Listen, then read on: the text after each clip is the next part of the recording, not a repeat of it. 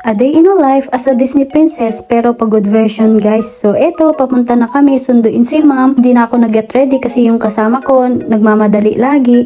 And then pagkasundo namin kay ma'am, pumunta kami sa may range, bilihan ng mga gamit-gamit sa bahay, sa garden, ganun guys. Kasi mag-garden kami ngayon. So ayan, nandyan kami at nagtingin-tingin ng ano pang mga kailangan namin. Kasi last week, bumili kami ng mga plants. Today kasi kami magtatanim ng mga halaman guys. Kaya nagtingin muna kami dito, baka may mga kulang pa kami. Kasi alam nyo guys, pinagplanuhan niya yan nilang dalawa, mag-ina. Kaso wala pa daw ako, kaya inantay nila ako para hindi naman daw ako maboard. Sabi ko, talaga ba ako ang inantay nyo o ako ang aantayin nyo magtanim ng mga halaman na mga binili nyo? Alam ko na kasi utak yung dalawa eh. Chard. Sa isip ko lang yun guys. Tapos wala kaming nabili dun sa range at lumipat kami dito sa may B&M. So eto, naglalakad kami. O tignan nyo yung likod ng mag-ina, parehas. Mag-ina nga talaga.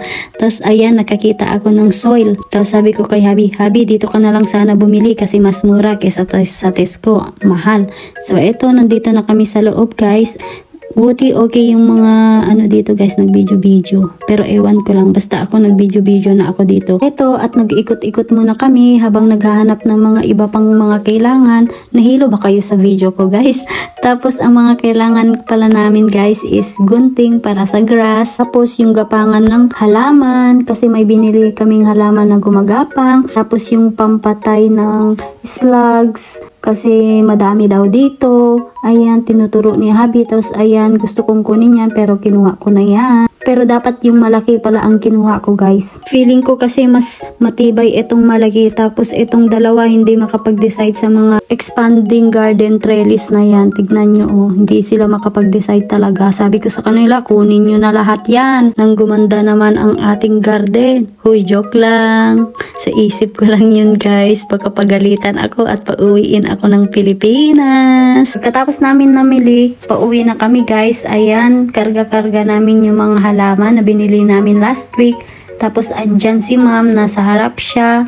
Ayan, nagkikwentuhan sila habang ako ay nag-video dito. Hindi namin kasama si dad kasi siya yung magbabantay sa mga aso. Nandun sila sa bahay nila. So ayan, 30 minutes away yung bahay nila sa bahay namin guys. So ayan yung mga flower natin.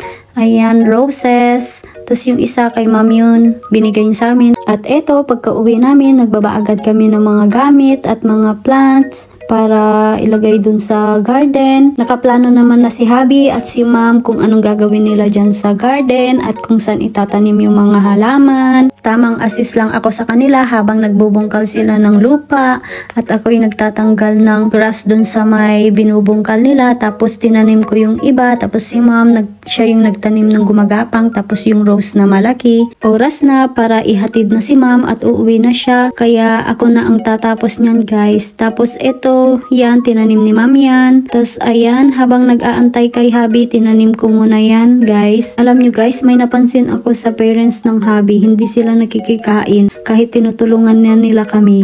Hindi ata uso sa kanila yan guys or sa kila ma'am lang. Pero kasi 'di ba sa atin sa Pilipinas, pagka tumutulong ang parents, papakainin natin sila dito, papakainin namin pero nag-i-insist sila na uuwi na sila at ihahatid sila guys.